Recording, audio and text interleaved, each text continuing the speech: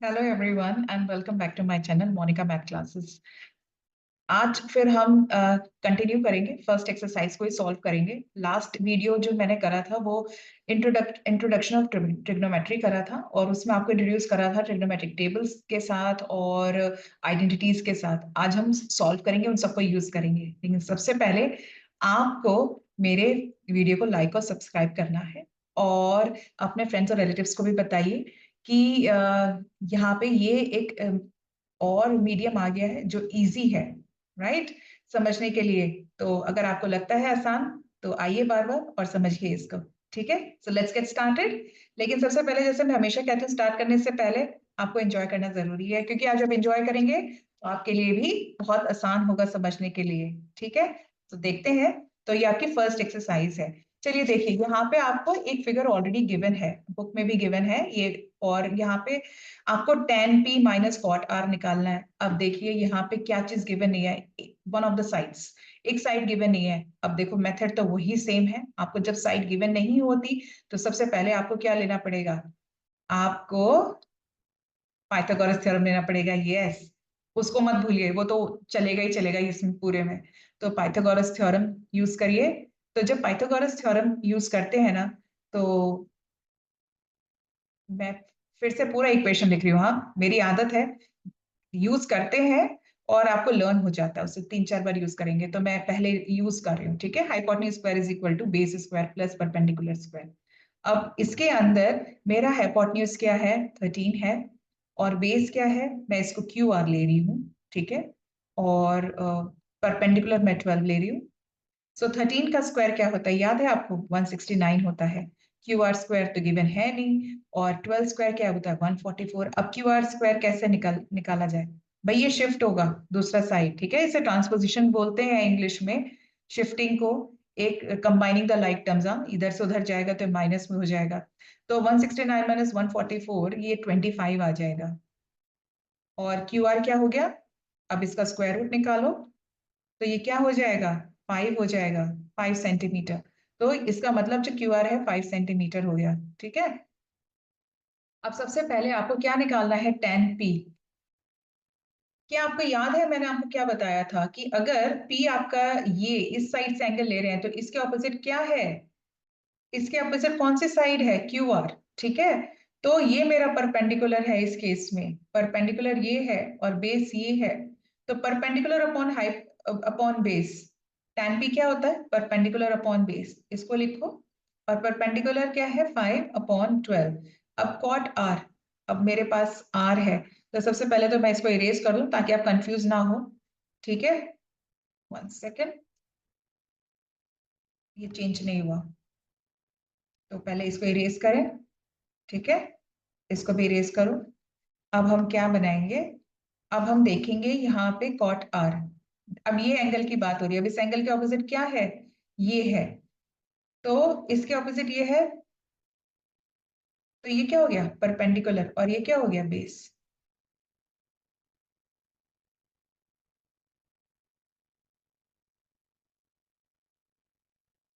अब हम यहाँ पे क्या करेंगे, कॉट आर है वो क्या होता है, रेसिप्रोकल होता है, राइट। रेसिप्रोकल किसका होता है, टैन का होता है। तो बेस क्या हो गया, 5, और यहाँ पे परपेंडिकुलर क्या हो गया, 12।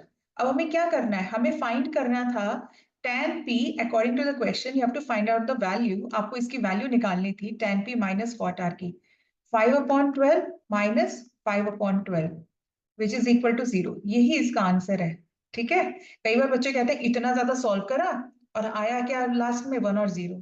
कोई बात नहीं, फ्रूट्स तो मिले आपको, रिजल्ट तो आया।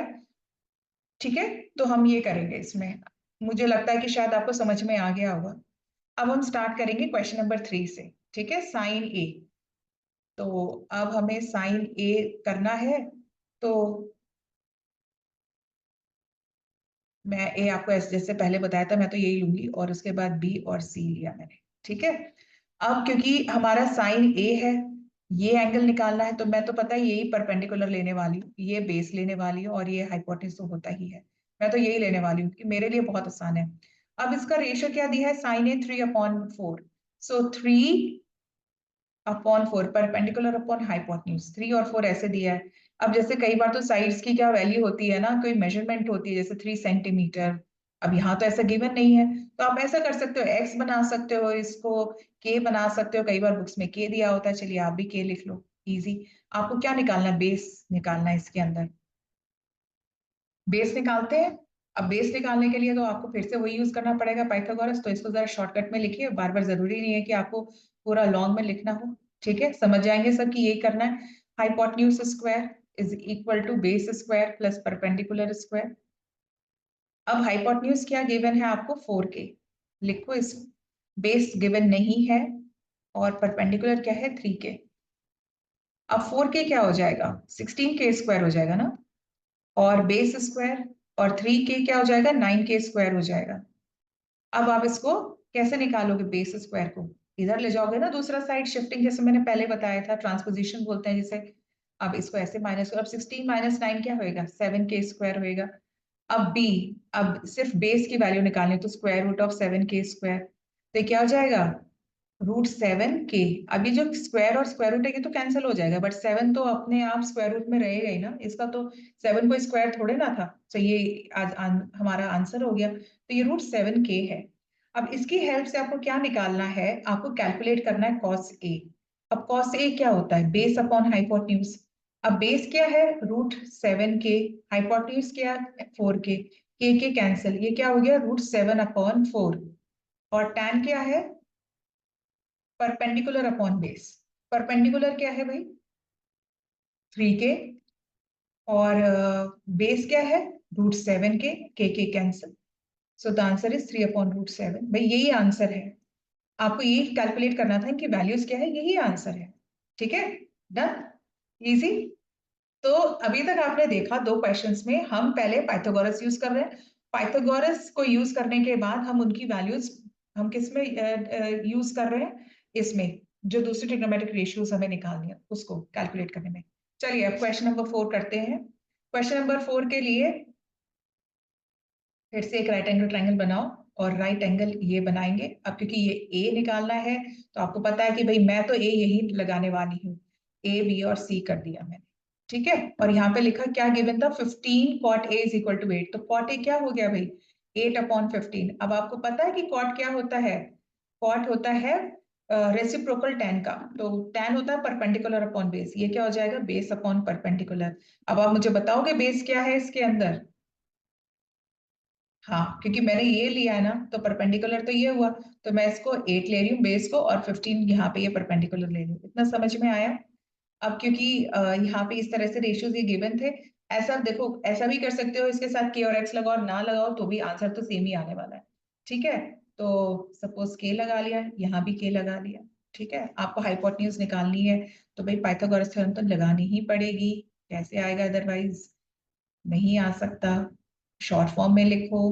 अब हाइपोटेन्यूज स्क्वायर, अब मैं नहीं लिख रही हूँ, अब मुझे ऐसा लगता है अब तक तो आपको पता हो जाना चाहिए इक्वेशन क्या है, 10th में आ गए हो आप लोग।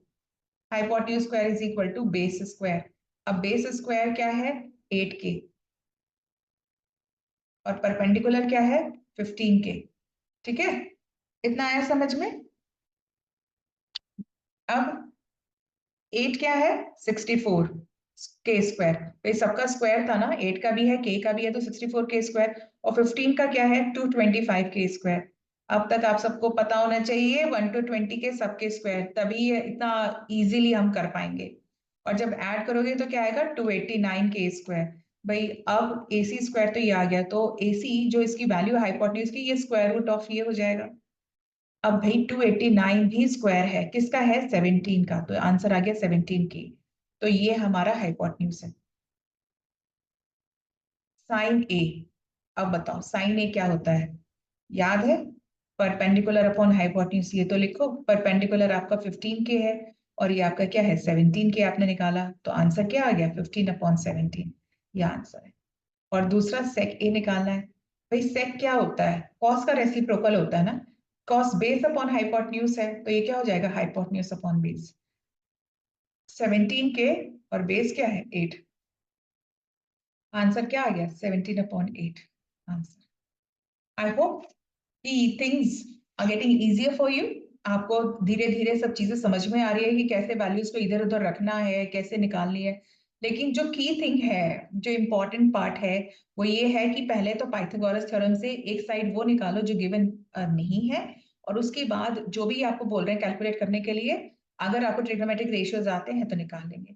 अब क्वेश्चन नंबर 5 भी ना बहुत इजी है, क्योंकि मैं तो ना क्वेश्चन नंबर 1 2 3 4 तक निकाल चुकी हूँ, और ये 5 भी वही प्रोसेस है कि आपको सेक थीटा एक गिवन है, इसकी हेल्प से आप एक जो साइड जो गिवन नहीं है वो निकालोगे, और फिर सारे ट्रिग्नोमेट्रिक रेशियोज निकालोगे, साइन से लेकर सारे छह के छह। एक तो गिवन ही है तो 5 तो निकालोगे ही आप, ठीक है। अब क्वेश्चन नंबर 6 करते हैं, ये थोड़ा सा अलग है। अब इसके लिए सबसे पहले मैं एक राइट एंगल ट्राइंगल बनाती हूँ, ठीक है। ये राइट एंगल ट्राइंगल है, A and B are acute angles. अब ये तो बोल ही रहे हैं कि ए बी एक्यूट एंगल्स है। अब आपको लगता है कि ये 90 डिग्री एक्यूट है, ये तो नहीं है ना। ए बी बोला है तो यही दोनों हो सकते हैं, और बाकी ये सी हो सकता है। देखो, समझ गए आप। अब एक्यूट एंगल क्या है, जो लेस देन 90 डिग्री है, ये तो मुझे दोनों सी तो नहीं लग सकता 90 डिग्री, क्योंकि ए भी है, तो तीसरा तो सी ही होगा। आपको गिवन क्या है, cos A is equal to cos B, given ये है।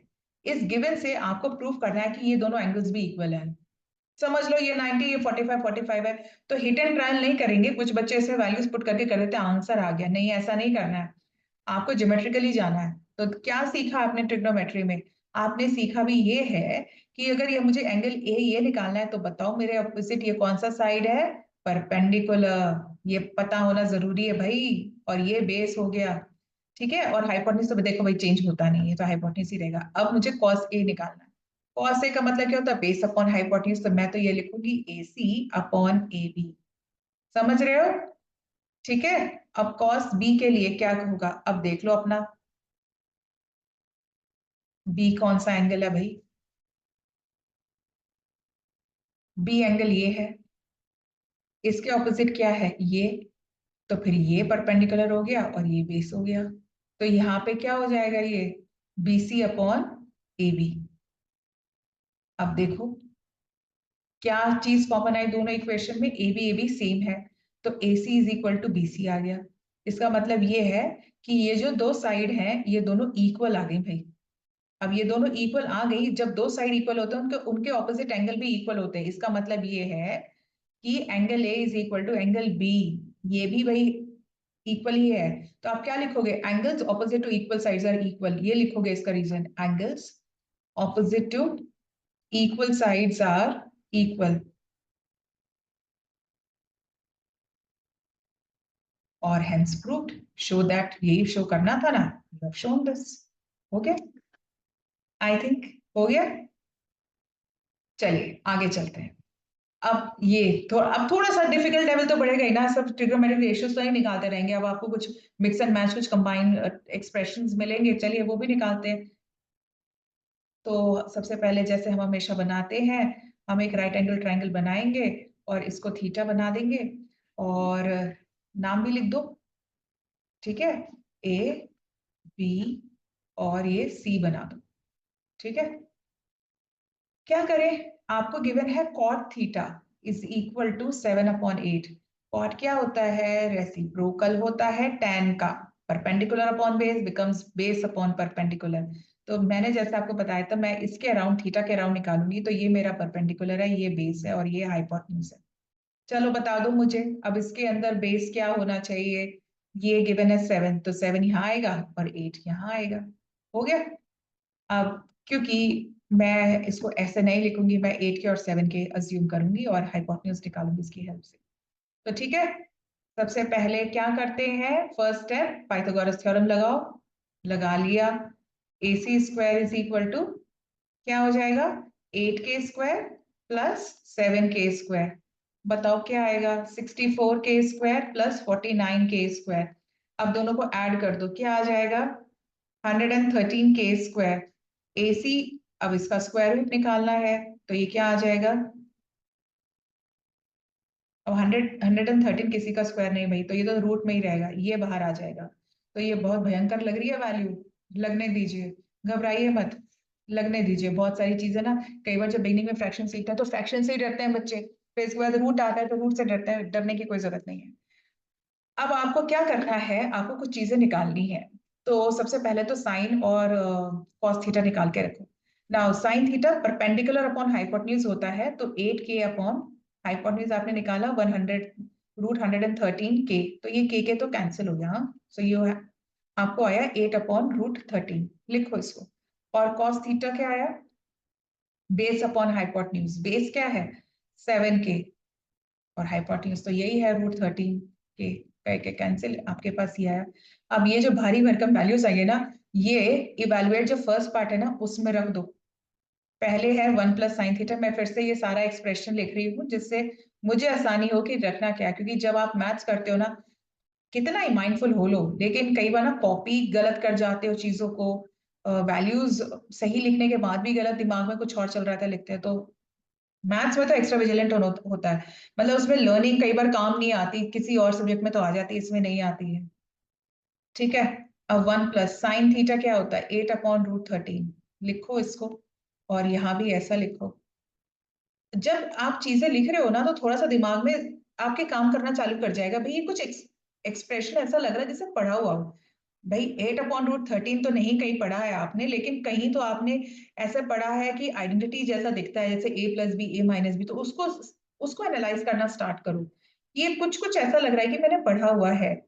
हाँ, पढ़ा हुआ है। ये पहले वाले ब्रैकेट में a+b लग रहा है, और दूसरे वाले ब्रैकेट में भाई a-b लग रहा है। यही लग रहा है और ये सही लग रहा है। ठीक है, तो a+b a-b क्या होता है, हम वही लगाएंगे। मैं लिख रही हूँ इसको जिससे आपको याद रहे। ये आइडेंटिटी इतनी कॉमन है, इतना यूज करते थे रैशनलाइजेशन में, इतना यूज करते थे हर जगह। यहाँ भी ये यूज करना है, a² - b²। भाई लगा दो इसको।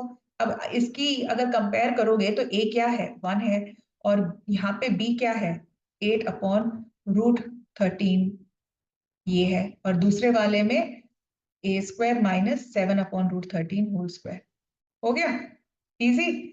अब इसको सॉल्व करना है, घबराइए, घबराना नहीं है, ये इजी ही है। ठीक है, अब क्या हो गया, 1² का तो देखो 1 ही हो जाता है।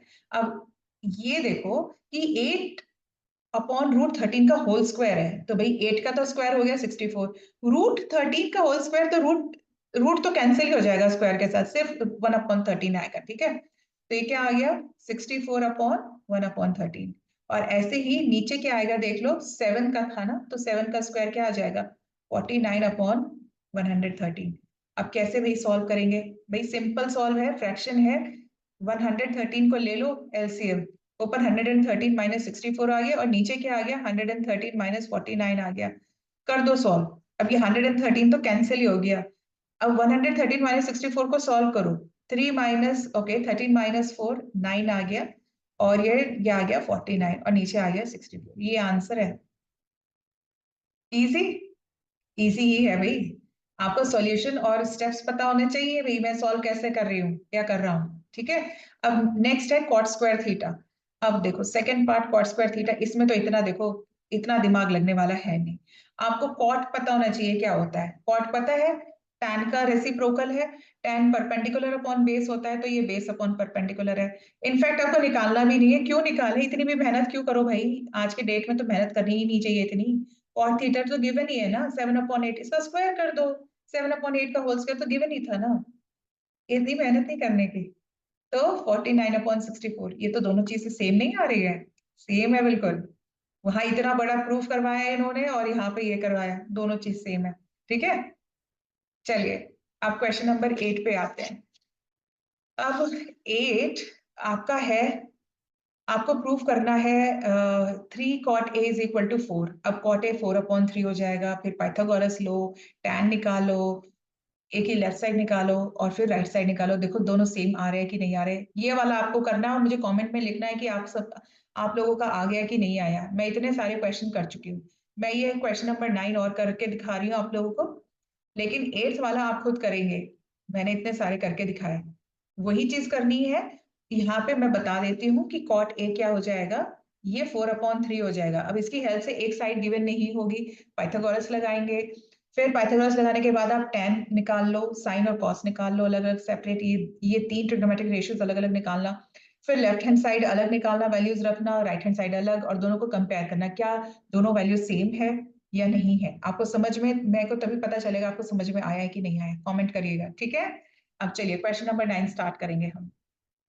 ये थोड़ा अलग है, तो इसलिए अब मैं स्टार्ट करती हूँ। अलग भी क्या है कि आपको सारे निकालने हैं, लाइक ए और बी सी निकालते हैं। सो tan ए, अब आपको पता है भाई कि मैं अगर ए निकालना है तो मैं तो ए तो हमेशा यही लूंगी, तो ए तो यहाँ ले लिया मैंने, बी यहाँ ले लो और सी यहाँ ले लो, ठीक है। अब tan ए गिवन है 1/√3। tan क्या होता है? Perpendicular upon base. अब मैंने क्योंकि ये लिया है तो मेरे लिए परपेंडिकुलर ये हो गया और बेस ये हो गया, ठीक है। अब मुझे हाइपोटेन्यूज गिवन नहीं है, तो सबसे पहले यूजिंग पाइथागोरस थ्योरम आप निकालो इसकी वो साइड। क्या हो जाएगा? AC square is equal to 1 square plus √3 square, ठीक है। 1 प्लस √3, 3 हो जाएगा ना, 4, और AC क्या हो जाएगा? √4 विच इज 2। अब ये 2 आ गया, ठीक है। अब मेरे लिए क्या आसान है बाकी की चीजें निकालना? हाँ, क्यों नहीं, आसान तो है ही मेरे लिए। मैं जरा निकालती हूँ अलग अलग। साइन ए पहले निकाल के रख लेती हूँ, इजी है। परपेंडिकुलर अपॉन हाइपोटेन्यूज 1/2 हो गया। कॉस ए भी निकाल लो अभी। देखो क्योंकि ए है तो ऑब्वियसली मैं तो यही परपेंडिकुलर मान रही हूँ, समझिए, हाँ ठीक है। और बेस अपॉन हाइपोटेन्यूज ये √3/2 हो गया।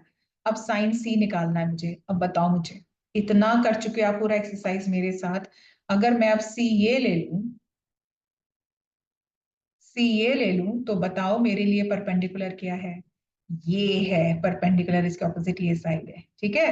परपेंडिकुलर अपॉन हाइपोटेन्यूज, हाइपोटेन्यूज तो चेंज होने वाला नहीं, तो ये √3/2 हो गया। और cos सी क्या हो जाएगा? बेस, वो 1/2 हो गया। चलो इतना तो हो गया। अब मुझे फर्स्ट पार्ट निकालना है। फर्स्ट पार्ट क्या है? साइन ए cos सी प्लस cos ए साइन सी, ठीक है। साइन ए की वैल्यू क्या लिखो? 1/2 मल्टीप्लाई cos सी क्या है? 1/2 प्लस cos ए क्या है? √3/2 और साइन सी क्या है? √3/2। अरे वाह, ये तो हमारे लिए काम आसान ही हो गया, ये तो दोनों ही सेम है। तो ये 1/4 हो गया, और ये क्या हो जाएगा? √3 into √3, 3/4, 4/4 which is equal to 1। हो गया काम आसान। अब हमारे पास एक सेकंड पार्ट बचा है, सेकंड पार्ट लिखना पड़ेगा। देखें क्या है? cos A cos C, cos A cos C minus sine A sin C, ठीक है। लिखें साइन A sin C। अब मुझे बताओ cos A क्या निकाला था आपने? cos A निकाला है √3/2 और cos C 1/2। ओके, लिखो इसको √3/2 इंटू 1/2, और माइनस साइन A क्या है? 1/2 और साइन C √3/2। तो आपने ये लिखा है। चलिए सॉल्व करिए फर्दर। √3 इंटू 1 √3। भाई जब मल्टीप्लाई करते हो तो न्यूमरेटर को न्यूमरेटर से करते हो, डिनोमिनेटर को डिनोमिनेटर से। आई होप इतना तो पता होगा आपको, फिर भी मैं एक बार रिकैप कर रही हूँ। अपॉन 4 माइनस √3/4, ये तो सेम वैल्यू है, ये तो कैंसिल हो जाएगी, आंसर आ गया 0, और ये हो गया खत्म, ठीक है। मुझे ऐसा लगता है कि अभी तक जो सारे क्वेश्चंस आपने मेरे साथ सॉल्व करे आपको सबको समझ में आ गया होगा। और अगर नहीं आया तो आप वापस जा सकते हो। एक क्वेश्चन और बचा है, क्वेश्चन नंबर 10, और ये लास्ट क्वेश्चन है। तो चलो इसको भी सॉल्व कर देते हैं और फिर खत्म करते हैं आज का वीडियो। सो ट्राइंगल PQR, ठीक है, लिखो एक ट्राइंगल PQR, इसमें क्या गिवन है? राइट एंगल एट Q, तो मुझे Q तो यहाँ ही बनाना पड़ेगा, मतलब हमारे लिए ये एक नेसेसिटी है कि इसको ही यहीं पे ही बनाना है। अब P कहाँ बनाओगे? P यहाँ बना दो, R को यहाँ बना दो, ठीक है। अब PQ गिवन है कितना? 5 सेंटीमीटर। अब आपका यहाँ पे क्या गिवन है? PR plus QR is equal to 25 centimetre. अब एक तो को आपको x मानना पड़ेगा ना। अब मैं सपोज QR को x मान लेती हूँ, तो मेरे पास PR की वैल्यू क्या आ जाएगी? 25 माइनस x आ जाएगी ना। मैंने QR को x मान लिया और PR को क्या मान लिया? 25 माइनस x मान लिया, ठीक है। ये मेरे पास ये this centimetre and this much is x centimetre. बाकी सबकी वैल्यूज निकाल लेंगे, पर पहले हमें x की वैल्यू तो पता हो तभी तो निकालेंगे। तो कैसे करें इसके लिए? पाइथागोरस ही हेल्प करेगा, वही हमारा सेवियर है। तो यूजिंग पाइथागोरस थ्योरम, चलो करते हैं सॉल्व। तो यहाँ पे क्या हो गया? 25 minus X whole square is equal to 5 square plus X square. अब a minus B whole square क्या होता है, याद है आपको? a minus B whole square, A square plus B square minus 2ab, learn रखना ये, ठीक है। तो यहाँ पे क्या हो जाएगा? 625 a square plus B square is X square minus 2ab, तो ये माइनस 50x स्क्वायर, 50x हो जाएगा 25 and this is plus X square. अब देखिए एक्स स्क्वायर और एक्स स्क्वायर दोनों जगह सेम है, ये कैंसिल कर सकते हो आप। तो अब आपके पास क्या रहेगा, 625 इधर एक साइड ले आओ, ठीक है, और इसको दूसरा साइड ले जाओ, एक्स एक साइड ले जाओ और नंबर्स एक साथ लाओ, कंबाइनिंग द लाइक टर्म्स बोलते हैं, ट्रांसपोजिशन बोलते हैं, शिफ्ट कर दिया। अब आपके पास क्या आ गया, 600 इज इक्वल टू 50x। बताइए अब x की वैल्यू क्या आएगी, 60 divided by 12, 5 times 12 is 60, you got x is 12। अब आपके पास x की वैल्यू क्या आ गई, 12 आ गई। तो अब आपके पास आसान है पी आर की वैल्यू निकालनी, 25 माइनस 12, बताइए क्या आएगा, 13 सेंटीमीटर। ये 13 सेंटीमीटर आ गया और ये 12 सेंटीमीटर। अब मेरे लिए तो बहुत आसान है क्योंकि मुझे तो सबकी वैल्यूज पता है। चलिए आप बताइए मुझे साइन पी क्या है, साइन पी, क्योंकि पी ये है तो मेरे लिए बताइए परपेंडिकुलर क्या होगा, ये, और बेस ये होगा। अब काम आसान है आपका, perpendicular upon hypotenuse which is 12 upon 13, cos p which is base upon hypotenuse, तो वो मेरे लिए हो जाएगा 5 अपॉन 13, और tan p क्या हो जाएगा, परपेंडिकुलर अपॉन बेस, वो क्या हो जाएगा 12 अपॉन 5। तो मुझे ऐसा लगता है कि आप सबको आज का वीडियो अच्छे से समझ में आया होगा, और अगर नहीं आया तो वापस से जाओ और समझो, और तब तक समझो जब तक आपको क्लियर नहीं हो जाता। जैसे मैं हमेशा कहती हूँ, जब तक आप परफेक्ट और परमानेंट नहीं हो जाते अपनी लर्निंग में, तब तक आपको करते रहना है, ठीक है। तो नेक्स्ट वीडियो में मिलती हूँ और सेकंड एक्सरसाइज सॉल्व करेंगे, and bye then rise and shine, Monika.